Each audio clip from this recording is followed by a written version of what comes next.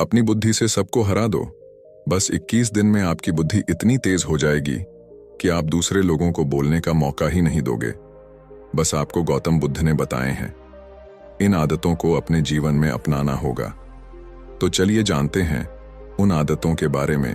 गौतम बुद्ध की कहानियों के माध्यम से 10 आसान आदतें जो 21 दिन में आपको एक नया और बुद्धिमान इंसान बना देंगी।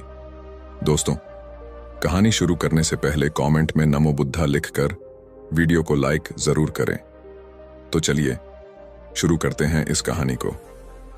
एक गुरु अपने शिष्यों को प्रवचन दे रहे थे। वह बोल रहे थे कि हजारों मील का सफर भी सिर्फ एक ही कदम से शुरू होता है।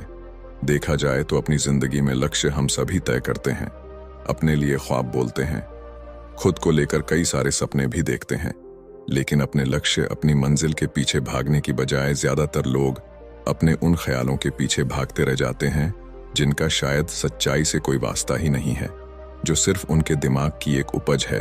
इन सभी गैर जरूरी ख्यालों के पीछे भागते हुए वह इस बात का अंदाजा लगाने की कोशिश भी नहीं करते कि वह ख्याल सकारात्मक है या नकारात्मक, सच है या उनके दिमाग की सिर्फ एक उपज है या वह किसी और से प्रभावित है। उसका सच्चाई से कोई संबंध है भी या नहीं। और शिष्यों, इसीलिए ज्यादातर लोग अपनी मंजिल तक नहीं पहुंच पाते और जीवन भर असफल रह जाते हैं। गुरु यह सब बोल ही रहे थे कि तभी एक शिष्य खड़ा होता है और गुरु से कहता है, गुरुदेव, आपने यह तो बता दिया कि ज्यादातर लोग असफल क्यों होते हैं, लेकिन क्या आप हमें यह बता सकते हैं कि हम सफल कैसे हो सकते हैं? वो कौन सी छोटी छोटी आदतें हैं जो हमें सफलता के लिए तैयार करती है और फिर सफलता के शिखर तक पहुंचाती है?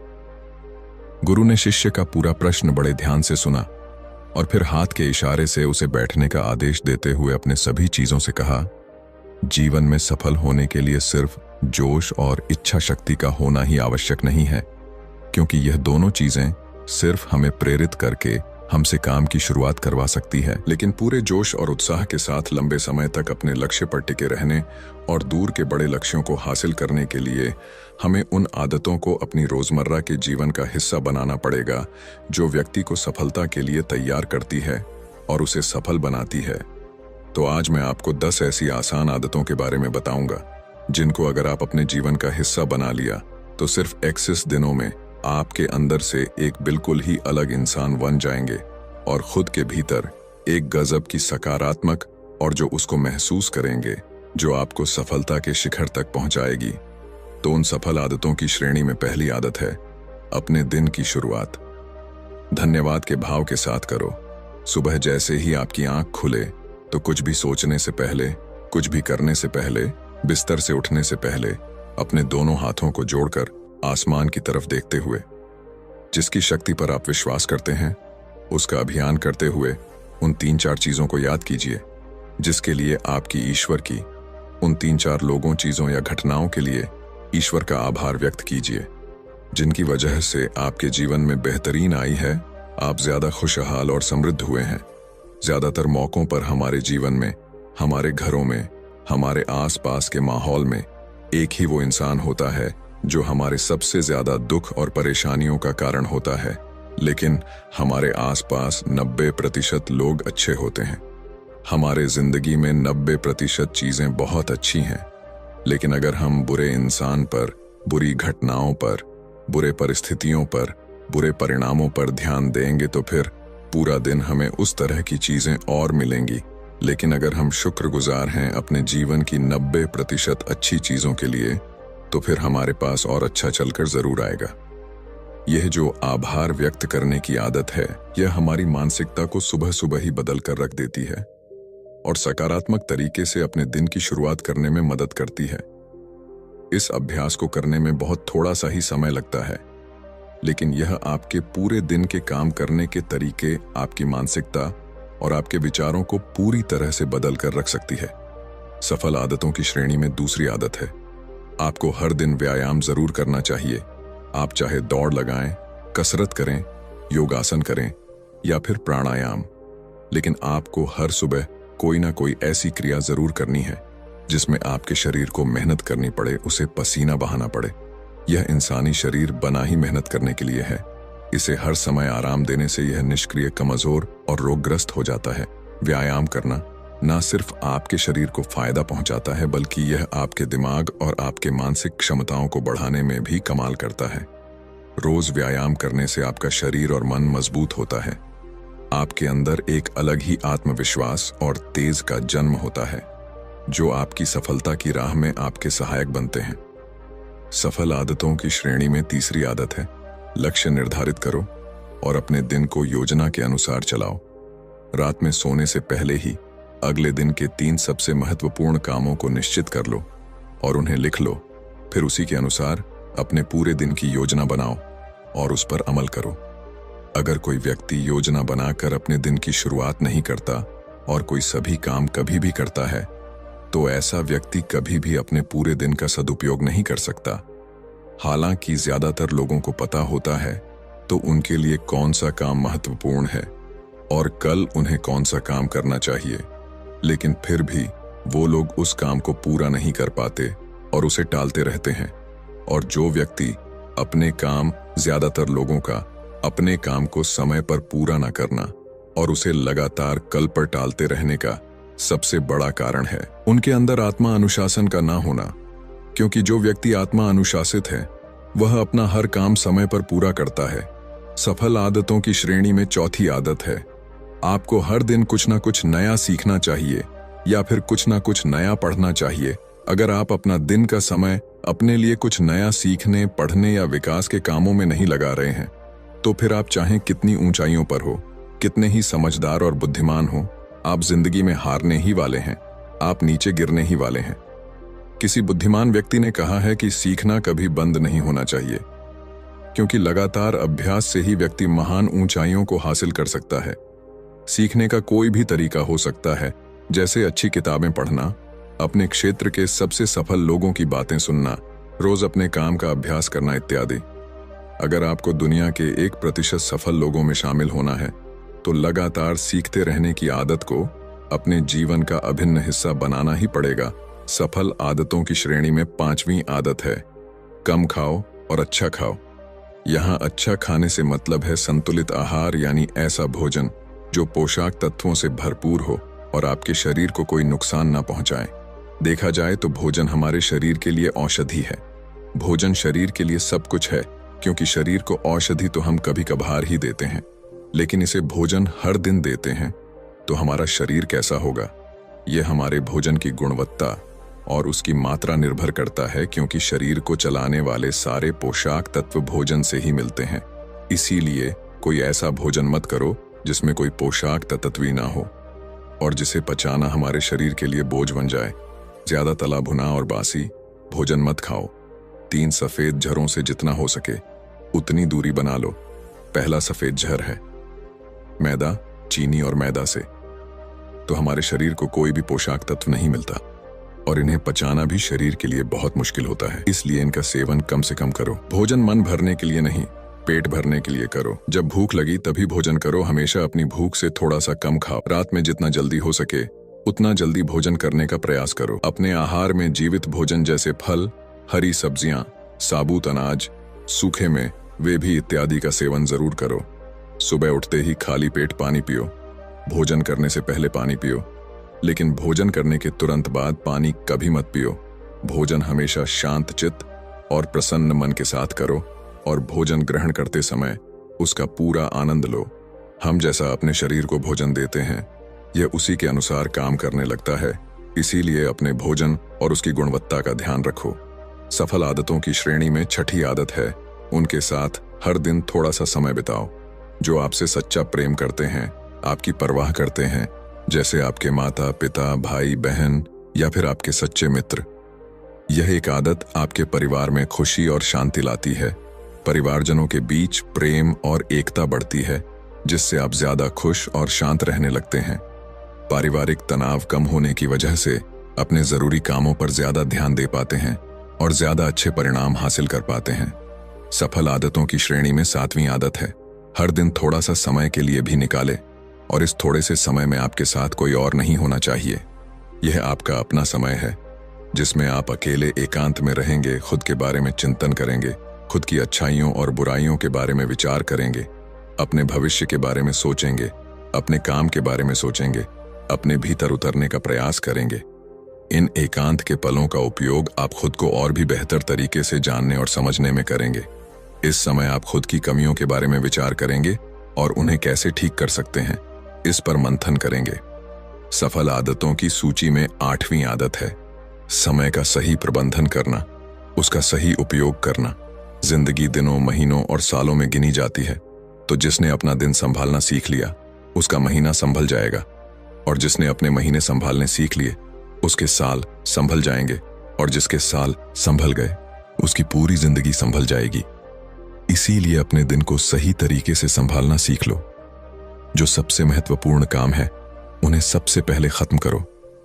जिंदगी के किसी भी क्षेत्र में देख लो, घंटे तो सबके पास 24 ही होते हैं, लेकिन इन्हीं 24 घंटों में कुछ लोग कमाल कर जाते हैं। अपने एक हैं, जीवन में न जाने कितने सारे काम कर जाते हैं, लेकिन दूसरी तरफ ज्यादातर लोग छोटे छोटे कामों में ही उलझे रह जाते हैं और जीवन भर यही कहते रहते हैं कि इस काम के लिए समय नहीं है, उस काम के लिए समय नहीं है। तो आखिर समस्या कहाँ है? समस्या है अपने समय का सही प्रबंधन ना कर पाना। सफल आदतों की श्रेणी में 9वीं आदत है रात में जल्दी सोएं और सुबह जल्दी उठें। जो व्यक्ति सुबह जल्दी उठता है उसे कुछ अतिरिक्त समय मिल जाता है सबसे महत्वपूर्ण कामों को खत्म करने का, जैसे ध्यान का अभ्यास, व्यायाम, किताबें पढ़ना इत्यादि। सुबह जल्दी उठकर ध्यान का अभ्यास करने से दिन भर मन शांत और प्रसन्न रहता है। इसके साथ ही सुबह जल्दी उठकर काम शुरू करने से व्यक्ति का काम समय पर पूरा हो जाता है और वह बेवजह की चिंता और तनाव से बच जाता है। सुबह जल्दी उठकर काम खत्म करने से व्यक्ति के अंदर एक ऐसा अनुशासन जन्म लेता है जो उसे सफलता के शिखर तक पहुंचा सकता है। सफल आदतों की श्रेणी में 10वीं आदत है वीर या 8 धूम्रपान और मदिरापान से बचें।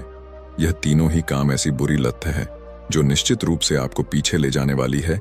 यह तीनों ही काम आपके मानसिक और शारीरिक स्वास्थ्य के लिए बहुत ही हानिकारक है। पीढ़ियां आज आपके तेज और कांति को खत्म करता है और साथ ही आपको शारीरिक व मानसिक रूप से कमजोर बनाता है। हालांकि इन तीनों चीजों को छोड़ना आसान नहीं होता, लेकिन अगर आप चाहें तो मजबूत इरादे और दृढ़ इच्छा शक्ति के बल पर इन्हें छोड़ सकते हैं, इनसे निजात पा सकते हैं। इतना कहने के बाद गुरु ने अपना प्रवचन समाप्त कर दिया और वह मौन हो गए। यह देखते ही सभी चीजें समझ गए कि अब यहां से जाने का समय हो चुका है। उन सब ने इस जानकारी के लिए गुरु का धन्यवाद किया और वहां से चले गए। तो दोस्तों, उम्मीद करता हूं आपको इस कहानी से एक अच्छी सीख मिली होगी। ये कहानी आपको कैसी लगी हमें कमेंट बॉक्स में कमेंट करके जरूर बताएं। अब चलिए दोस्तों, जानते हैं कि अपने बुद्धि को सबसे तेज और धारदार कैसे बनाएं। तो चलिए हमारे दूसरे कहानी की शुरुआत करते हैं। दूसरी कहानी बुद्धिमानी से जुड़ी गौतम बुद्ध की कहानी। एक गांव में एक लड़का था जिसका दिमाग बहुत तेज था। उसकी यह खासियत थी कि वह किसी भी चीज को बहुत ही आसानी और कम समय में सीख लेता था, जबकि उसी चीज को सीखने और समझने के लिए अन्य लोगों को काफी समय लग जाता था। लड़के की यह ख्याति दूर दूर तक फैल गई। सभी लड़के की तारीफ में कहने लगे कि उसके जितना बुद्धिमान कोई नहीं है। लड़का चित्रकारी, मूर्ति बनाना, गीत गाना जैसे अन्य कई चीजों को जानता था। अपनी प्रसिद्धि को बढ़ाने के लिए वह अन्य काम और चीजों को भी सीखने लगा। इस तरह से उसे अपनी बुद्धिमत्ता पर अहंकार हो गया, क्योंकि वह साधारण व्यक्ति होकर कई असाधारण काम भी आसानी से करने लगा था। एक दिन लड़के का सामना भगवान गौतम बुद्ध से हुआ। लड़के को खुद पर खूब अहंकारी था और इस कारण उसे किसी से ईर्ष्या नहीं होती थी, क्योंकि वह खुद को ही श्रेष्ठ समझता था। लेकिन पहली बार उसे गौतम बुद्ध को देख ईर्ष्या हुई और वह अपनी तुलना बुद्ध के साथ करने लगता है। वह देखता है कि बुद्ध के पास भिक्षा मांगने के लिए एक कटोरा है और उसके पास अपार धन। बुद्ध ने साधारण वस्त्र धारण किए थे और उसके वस्त्र कीमती थे। बुद्ध नंगे पैर थे और वह नंगे पांव जमीन पर पैर भी नहीं रखता था।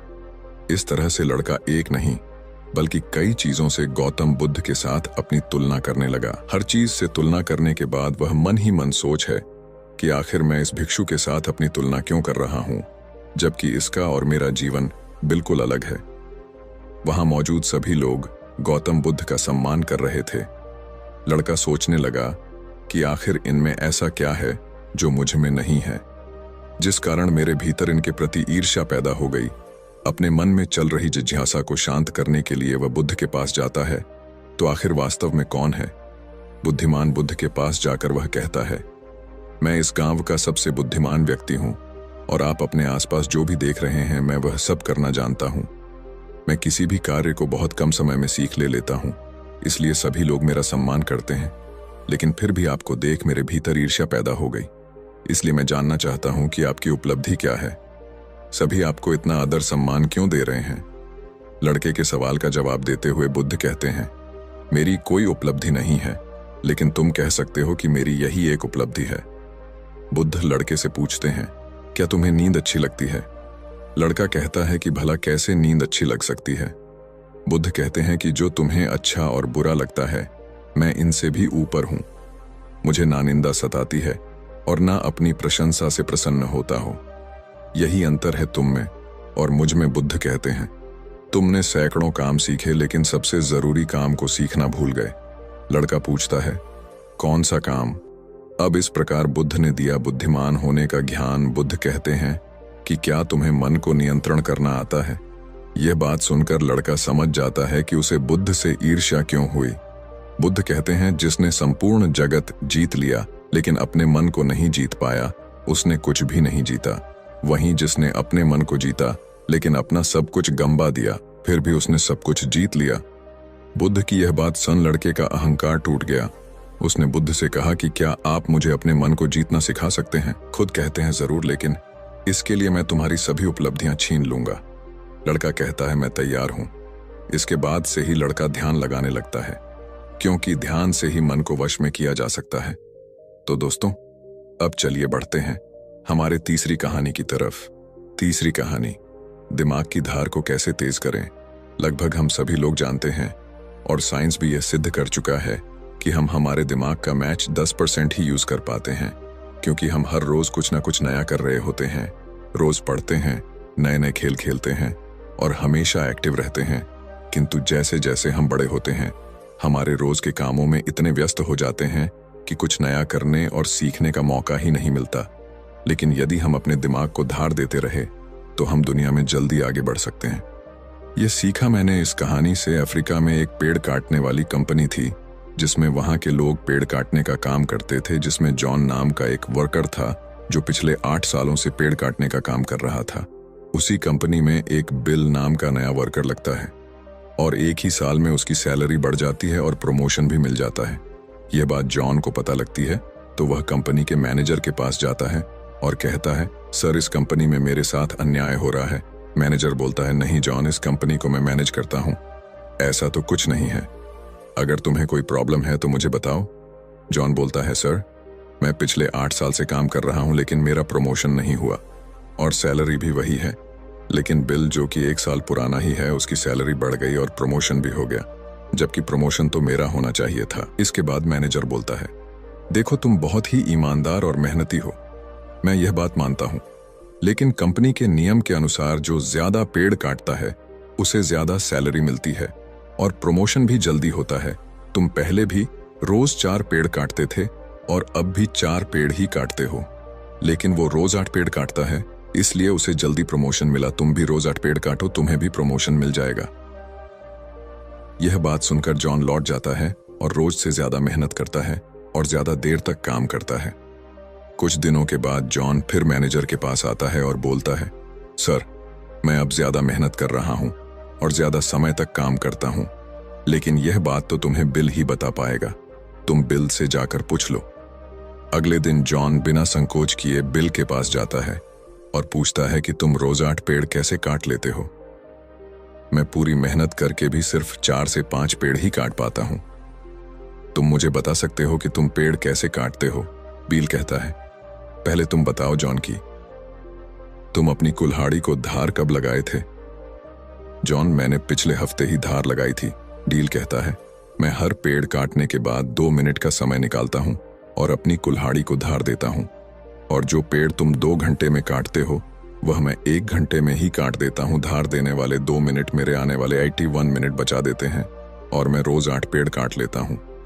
यह सुनकर जॉन बिल को धन्यवाद देते हुए चला जाता है। सिर्फ ज्यादा समय और ज्यादा मेहनत से कुछ नहीं होने वाला। इसके साथ साथ उसे अपनी कुल्हाड़ी को धार देते रहना पड़ेगा। जब भी वह धार देना बंद कर देगा, उस समय से उसके कार्य पर प्रभाव पड़ना शुरू हो जाएगा। जॉन अपनी कुल्हाड़ी में धार देकर काम शुरू करता है और कुछ ही दिनों में वह भी प्रमोशन ले लेता है। इस कहानी से हमें यह सीख मिलती है कि दोस्तों, हमें हमेशा ही अपनी लाइफ में कुछ न कुछ सीखते रहना चाहिए और अपने दिमाग को धार देना चाहिए, चाहे हमारी उम्र कुछ भी क्यों ना हो। मैंने कुछ दिनों पहले सत्य नाडेला, जो कि माइक्रोसॉफ्ट के सीईओ बने हैं, उनके बारे में पढ़ा था कि वह आज भी नए नए ज्वाइन करते रहते हैं और नई नई किताबें पढ़ते हैं। उन्हें आज भी नया सीखने में कोई संकोच नहीं है और शायद इसीलिए वह इतनी बड़ी पोजीशन पर है। सक्सेस वही होते हैं जो समय के साथ बदलते हैं और प्रगतिशील रहते हैं। जिस तरह तालाब का पानी एक जगह स्थित होकर कुछ ही दिनों में सड़कर बदबू देना शुरू कर देता है, लेकिन नदी जो हमेशा बहती रहती है, प्रगतिशील होती है, उसका पानी साफ होता है। उसी तरह से जो लोग नई नई चीजें पढ़कर और सीखकर अपने दिमाग को धार देते हैं, उसके राज्य में सब खुशहाल थे। पर राजा एक बात को लेकर बहुत चिंतित रहा करता था कि धर्म प्रदर्शन पर लोगों के विचारों में सहमति क्यों नहीं बनती। एक बार राजा विभिन्न धर्मों के उपदेशों को आमंत्रित किया और एक विशाल कक्ष में सभी को एक साथ रहने का प्रबंध करते हुए कहा, अब अगले कुछ दिनों तक सब एक साथ रहेंगे और आपस में विभिन्न धर्मों और दर्शनों पर विचार विमर्श करेंगे, और जब सभी के विचार एक मत हो जाएंगे तो मैं आपको ढेरों उपहार देकर यहां से विदा करूंगा। और ऐसा कहते हुए राजा वहां से चला गया। कक्ष में घोर विचार विमर्श हुआ। सभी अपनी अपनी बात समझाने में लगे रहे, पर कुछ दिन बीत जाने पर भी वे एक मत नहीं हो पाए। पड़ोसी राज्य में रहने वाले एक महात्मा जी को जब यह बात पता चली तो वह तुरंत राजा से मिलने पहुंचा। उसने कहा, हाय राजन, मैंने सुना है कि तू बड़ा दानी है, क्या तू मुझे भी दान देगा? महात्मा जी बोले, अवश्य बताइए, आपको क्या चाहिए? राजा बोला, महात्मा जी, मुझे तेरे अनाज की गोदाम से कुछ अनाज चाहिए। राजा जी, बिल्कुल, आप मेरे साथ आइए। राजा उन्हें गोदाम तक ले गया। वहां पहुंचते ही महात्मा जी बोले, अरे यह क्या राजन, तुम्हारे गोदाम में तो तरह तरह के अनाज रखे हैं, तुम इन सब की जगह कोई एक ही अनाज ही क्यों नहीं रखते? राजा को यह सन थोड़ा अचरज हुआ और वह बोला, यह कैसे संभव है? अगर मैं गेहूं, चावल, दाल इत्यादि की जगह बस एक अनाज ही रखूंगा तो हम अलग अलग स्वाद और पोषण के भोजन कैसे कर पाएंगे? और जब प्रकृति ने हमें इतने ढेर सारे आने दिए हैं तो बस किसी एक अन्य का ही प्रयोग करना कहाँ की बुद्धिमानी है? महात्मा बोले, बिल्कुल सही राजा, जब तुम विभिन्न अनाजों की उपयोगिता एक से नहीं बदल सकते तो भला विभिन्न धर्मों के विचारों और दर्शनों को एक कैसे कर सकते हो? सबकी अलग अलग उपयोगिता है और वे समय समय पर मनुष्य का मार्गदर्शन करते हैं। महात्मा जी ने अपनी बात पूरी करते ही राजा को अपनी गलती का एहसास हो गया और उसने कक्ष में बंद सभी उपदेशकों से क्षमा मांगते हुए उन्हें विदा कर दिया। दोस्तों, यदि पूरी मानव जाति बिल्कुल एक जैसा ही सोचती तो हम कभी इतनी प्रगति नहीं कर पाते। हमारे विचार ही हमें दूसरों से अलग बनाते हैं। अगर कभी आपका विचार औरों से मेल ना खाएं तो इसमें घबराने की जरूरत नहीं, बल्कि यह देखने की जरूरत है कि पूरी पिक्चर में आपका विचार कहां फिट हो सकता है। और दूसरी तरफ, यदि किसी और का विचार आपसे मेल ना खाएं तो उस पर नाराज होने की बजाय ये समझने का प्रयास करना चाहिए कि उसकी सोच का कहां और कैसे यूज किया जा सकता है। तो अब दोस्तों, चलिए बढ़ते हैं हमारे 5वें कहानी। एक बार की बात है, एक व्यापारी व्यापार करने के लिए विदेश गया हुआ था। वहां उसका कारोबार बहुत अच्छा चल रहा था। वह धन कमाने में इतना व्यस्त हो गया था कि उसे समय का भान ही न रहा। आखिर उसने एक दिन अपने घर लौटने का फैसला कर ही डाला और कमाया हुआ बहुत सारा धन लेकर घर के लिए चल पड़ा। जब घर पहुंचा तो रात हो चुकी थी। घर का मुख्य द्वार बंद था, लेकिन एक शयन कक्ष की खिड़की से रोशनी बाहर आ रही थी। उसने खिड़की में से अंदर झांक कर देखा। उसने जो देखा सहसा उसे विश्वास ही नहीं हुआ। उसे अपने पैरों के नीचे से जमीन खिसकती हुई प्रतीत होने लगी। उसने देखा कि शयन कक्ष में उसकी पत्नी के पास एक युवक भी लेटा हुआ है। ऐसी स्थिति में उसका अपनी पत्नी के चरित्र पर संदेह होना अस्वाभाविक नहीं था। व्यापारी ने विचार किया कि ऐसे घर में रहने का क्या औचित्य हो सकता है जहां ऐसी स्त्री हो। उसने फौरन निर्णय लिया कि पत्नी और उसके पास लेटे युवक को मारकर चुपचाप वापस निकल जाऊंगा और अलग घर बसाने का प्रयास करूंगा। तभी उसकी नजर शयन कक्ष की दीवार पड़ी, जहां एक श्लोक लिखा था, उसने उस श्लोक को पढ़ा। श्लोक में लिखा था, सहसा विधति इतना क्रियाम्विव परमापदाम। विरणुतिव किसी कार्य को बिना विचारे एक कायक नहीं करना चाहिए, क्योंकि सोच विचार ना करना बड़ी विपत्तियों का कारण है। जितनी भी प्रकार की संपत्ति आंखें सोच समझकर कार्य करने वाले व्यक्तियों के गुणों से आकर्षित होकर स्वयं ही उसके पास आ जाती हैं, उसे समृद्ध कर देती हैं। ये पढ़ते ही व्यापारी ने अपना निर्णय बदल दिया और घर का दरवाजा खटखटाया। पत्नी ने दरवाजा खोलने से पहले काफी पूछताछ की, और जब वह पूरी तरह से आश्वस्त हो गई कि दरवाजा खटखटाने वाला उसका पति है, तो उसने शीघ्रता से दरवाजा खोल दिया। पति को देखकर पत्नी की प्रसन्नता की सीमा न रही। उसने फौरन युवक को भी जगाया और पति से कहा कि यह आपका पुत्र है, जो अब पूरे 20 वर्ष का हो गया है। 18 वर्ष पहले जब आप विदेश गए थे तो यह 2 साल का था। बाबा तिरेक में पिता की आंखों से आंसू बहने लगे। उसने पुत्र को हृदय से लगाकर प्यार किया। अब व्यापारी का संदेह खत्म हो चुका। दोस्तों में एक श्लोक के सार्थक संदेश ने न केवल उसे पुत्र हत्या होने के पाप से बचा लिया, अभी तो उसकी गृहस्थी भी उजड़ने से बच गई। अर्थात अचानक कोई इससे कई बार समस्या सुधरने की बजाय और बिगड़ जाती है, तथा हमें कभी भी बिना पर्याप्त विमर्श किए कोई कार्य नहीं करना चाहिए। कहा गया है कि जल्दी का काम शैतान का होता है। जिस प्रकार से रोग का उपचार करने के लिए उसका सही निदान अनिवार्य है, उसी तरह से कोई समस्या हो अथवा अभियांति को दूर करने के लिए भी पर्याप्त विचार विमर्श करना अत्यंत आवश्यक है। दोस्तों, मैं उम्मीद करता हूं कि यह कहानी सुनने से आपके जीवन में अच्छे बदलाव आए होंगे। आपको इस वीडियो से क्या सीखने मिला, ये कमेंट करके जरूर बताएं, और अपने परिवार, दोस्तों या आपके करीबी इंसान के साथ ये कहानी शेयर करके उन्हें भी इस ज्ञान से परिचित करवाएं। बाकी अगर आपको ये वीडियो दिल से अच्छी लगी हो, तभी इस वीडियो को लाइक कर देना, और आपने अब तक इस चैनल को सब्सक्राइब ना किया हो तो चैनल को सब्सक्राइब भी जरूर कर देना। आपका हर दिन शुभ हो और खुशियों से आपका जीवन भरा रहे।